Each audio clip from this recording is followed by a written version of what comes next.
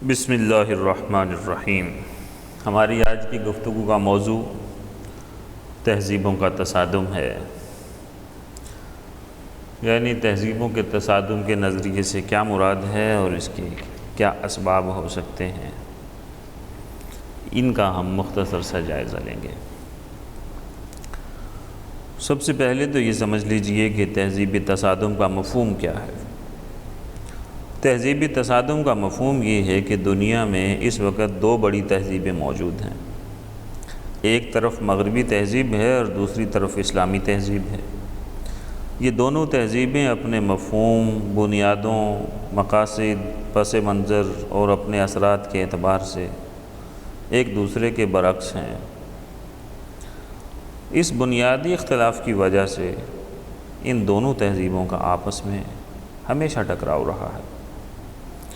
ایک تہذیب اپنے فروغ و اشاعت کے لیے جد و جہد کرتی ہے تو وہ اپنے راستے میں دوسری تہذیب کو سب سے بڑی رکاوٹ سمجھتی ہے، لہٰذا ہر ایک دوسری کو اپنی راہ سے ہٹانے کے لیے منصوبہ بندی کرنے اور اس کے لیے وسائل حاصل کر کے دوسری پر غلبہ پانے کی کوشش کر رہی ہے۔ اس وقت ہم دیکھ سکتے ہیں کہ یہ تہذیبیں اپنے پورے وسائل کے ساتھ ایک دوسرے سے متصادم ہیں۔ مغربی تہذیب کو البتہ یہ ایج حاصل ہے کہ سائنسی ترقی، ایجادات، جدید ٹیکنالوجی اور تمام تر مادی وسائل اس کے پاس ہیں، جبکہ دوسری طرف مسلمان جو تہذیب ہے، اسلامی تہذیب، وہ اس کے پاس یہ جو مادی ذرائع ہیں، سائنسی ترقی ہے، یہ چیزیں اس طرح سے نہیں ہیں۔ اس کے علاوہ مسلمانوں کا ایک بڑا المیہ یہ ہے کہ آج کل مسلمانوں کے بیچ کوئی مشترکہ اور متفقہ نقطہ نظر بھی موجود نہیں، اور نہ ہی کوئی ایسا ایکٹیو پلیٹ فارم ہے جہاں سے اسلامی تہذیب کی وکالت کی جا سکے، اس کو پیش کیا جا سکے دنیا کے سامنے۔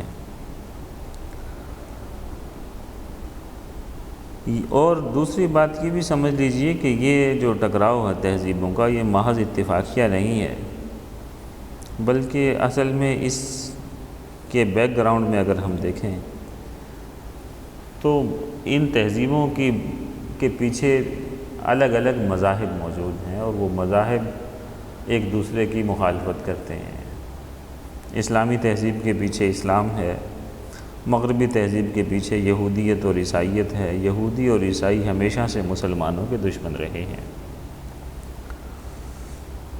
اور یہودیت اور عیسائیت دونوں ہی مسلمانوں کو اپنے لیے خطرہ سمجھتے ہیں، دونوں سمجھتے ہیں کہ اسلام ان کا دشمن ہے۔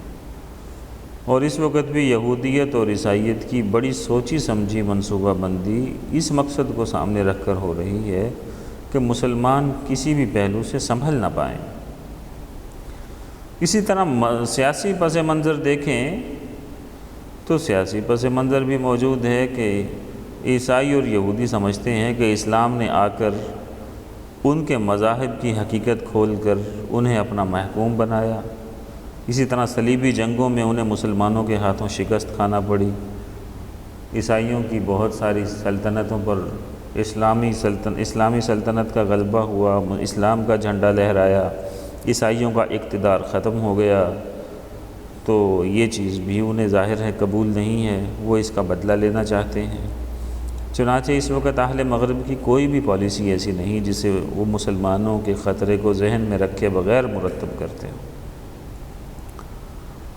تیسرے، ان کے بیچ، ان کے دل میں مغربی تہذیب کو غالب کرنے کا عزم بھی ہے۔ مغربی تہذیب کے جو قائدین ہیں وہ یہ مضبوط عزم کیے ہوئے ہیں کہ انہوں نے ہر حال میں اپنی تہذیب کو دوسری تہذیبوں پر غالب کرنا ہے۔ اس کے لیے وہ مسلمان ممالک کے ساتھ ثقافتی سرگرمیوں کے نام پر ذرائع ابلاغ اور پروپیگنڈا کے ذریعے ہر طرح کی کوشش جو اسلامی تہذیب کو نقصان پہنچا سکے وہ کام کرنے کی کوشش کرتے رہتے ہیں۔ اہل مغرب ایک مخصوص طرز زندگی اور معیار زندگی اختیار کیے ہوئے ہیں۔ اس طرز زندگی کا ایک مخصوص دینی اور فکری پس منظر ہے۔ سرمایہ دارانہ نظام، مادہ پرستانہ فکر اور مسخ شدہ عیسائیت اس تہذیب کی اساس ہیں۔ عورت، مذہب، آزادی، اخلاق کے بارے میں مغرب کا نقطہ نظر اس تہذیب میں بنیادی کردار ادا کر رہا ہے۔ اس تہذیب کے مد مقابل اسلامی تہذیب ہے۔ اسلامی تہذیب کی بنیاد وحی پر ہے۔ یہ تہذیب عورت، آزادی اور اخلاق کے حوالے سے ایک مختلف نقطہ نظر کی حامل ہے جو اللہ اور اس کے رسول نے دیا۔ اسلامی اور مغربی تہذیب اپنے پس منظر، مزاج، مقاصد اور طرز عمل کے اعتبار سے ایک دوسرے سے بالکل الٹ ہے۔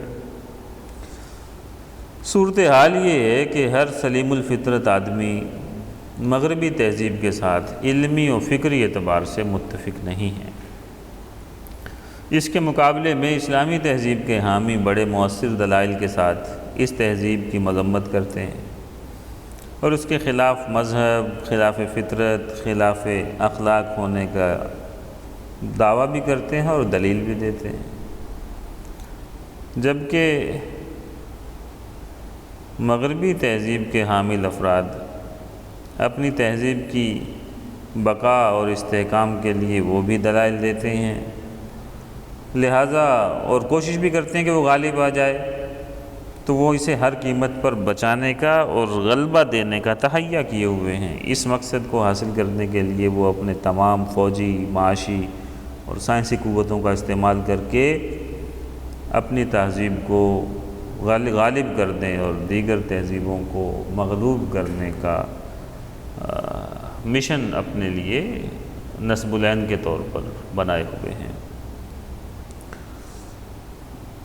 اور یہ سب کچھ ایسے نہیں ہو گیا اتفاقی طور پر۔ اہل مغرب نے اپنی تہذیب کو مسلمانوں پر غالب کرنے کے لیے باقاعدہ ایک نظام بنایا۔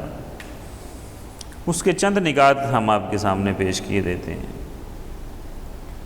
ایک بالخصوص بر صغیر پاک و ہند میں جو لارڈ میکالے کا نظام تعلیم تھا، یہ مغربی تہذیب کو غلبہ دینے میں ایک بہت بنیادی نوعیت کا قدم تھا۔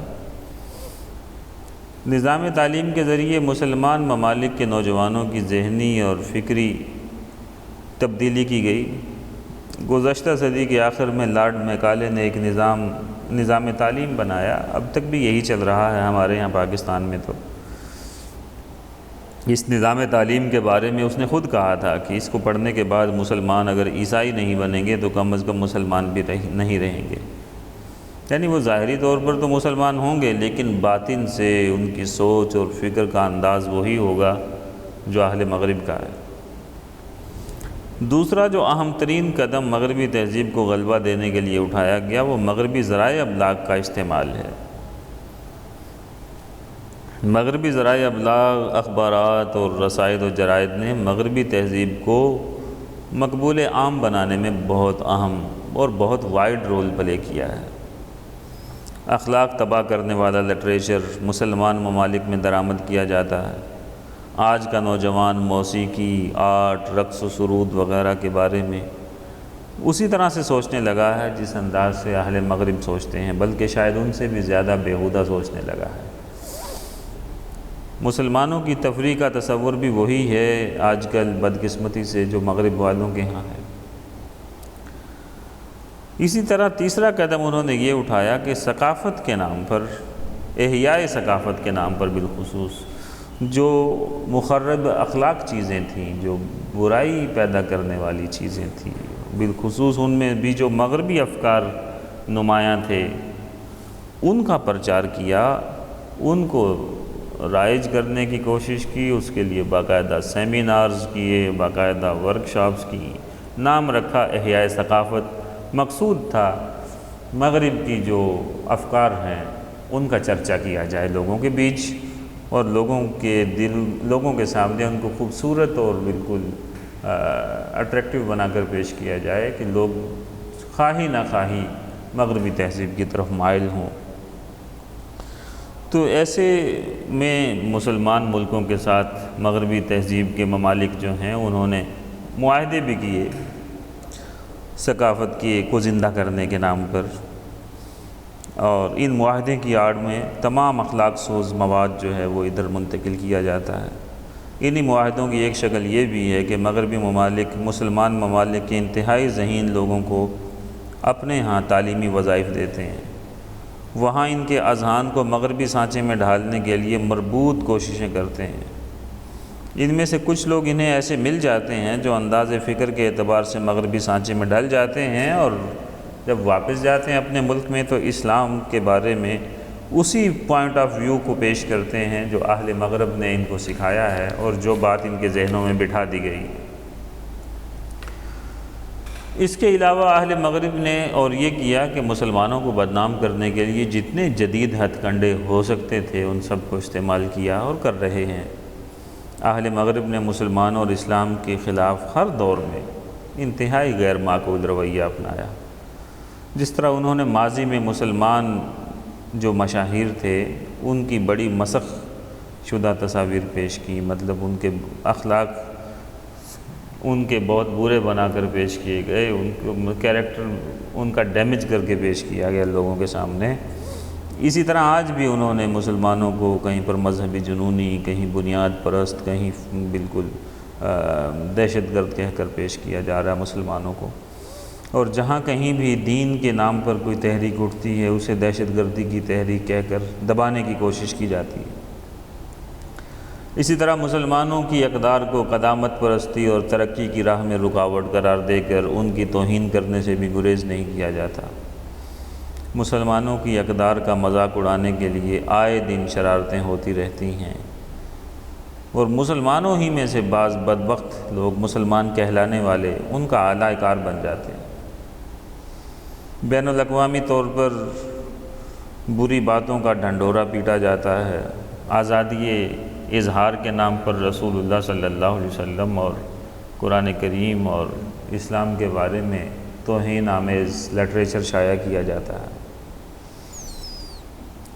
تو حاصل کلام یہ ہے کہ مغربی اور اسلامی تہذیب کا باہمی تصادم محض دو تہذیبوں کا ٹکراؤ نہیں، بلکہ یہ اسلام اور مسلمانوں کے خلاف ایک تحریک ہے۔ اسلام دشمنی کے لیے باقاعدہ ڈسپلنڈ کوششیں ہوتی ہیں، اور اس کے لیے ہر مغربی ملک میں ادارے قائم ہیں جو اسلامی ممالک، اسلامی معاشرے اور مسلمانوں کے جو کمزور پہلو ہیں اور کمزوریاں ہیں ان کے بارے میں اپنی حکومتوں اور اپنے اداروں کو مطلع کرتے ہیں، اور پھر وہ لوگ ہماری ان کمزوریوں اور خامیوں کو پیش نظر رکھ کر ہمارے بارے میں پالیسیاں بناتے ہیں۔ تو ضرورت اس امر کی ہے کہ مسلمان اپنی تہذیب کو سمجھیں، تہذیب کو پڑھیں اور جانیں کہ ہماری تہذیب میں ایسی بہت ساری چیزیں ہیں جن میں سے ایک ایک چیز اس بات کو ڈیزرو کرتی ہے، اس بات کا سبب بنتی ہے کہ اسلامی تہذیب کو تمام تہذیبوں پر فوقیت دی جانی چاہیے، اور یہ تبھی ہوگا، لوگ اس تہذیب کو تبھی فوقیت دیں گے جب ہم خود اسے فوقیت دیں گے۔ بدقسمتی سے ہمارا بھی سوچنے کا انداز آج کل ہمارے نوجوان نسل کا بالخصوص بالکل مغربی ہو چکا ہے میڈیا کے ہاتھوں، کہ وہ اپنی تہذیب کو ترقی کے مخالف سمجھتے ہیں اور جدید مغربی تہذیب کو ترقی کا سبب گردانتے ہیں، حالانکہ ترقی کا سبب علم اور محنت ہے، علم اور تحقیق ہے، نہ ہی ترقی کا سبب فحاشی ہے، نہ ہی ترقی کا سبب مغرب کی بے حیائی ہے، نہ ہی ترقی کا سبب مغرب کی بے پردگی ہے، نہ ہی ترقی کا سبب مغرب کی جنسی عیش پرستی ہے۔ یہ تمام چیزیں وہاں کی ترقی کا سبب نہیں ہیں، وہاں کی ترقی کا سبب ان کی علم و تحقیق میں کوشش کرنا ہے، جبکہ ہمارے جو بے وقوف لوگ ہیں یہ ان کی ان خرافات کو ترقی کا سبب جان کر ان کو اپنے معاشرے میں رائج کرنے کی بات کرتے ہیں، جن سے آج مغرب خود پریشان ہے۔ تو اللہ تعالیٰ سے دعا ہے کہ ہمارے دلوں میں اسلامی تہذیب پر عمل پیرا ہونے کی اور اس کو رائج کرنے کی محبت اور شوق اور جذبہ پیدا کر دے، اور اسلامی تہذیب کی مدد کرے، اور جس کے راہ میں حائل جو رکاوٹیں ہیں انہیں دور کرائے۔ آمین۔ وآخر دعوانا ان الحمد للہ رب العالمین۔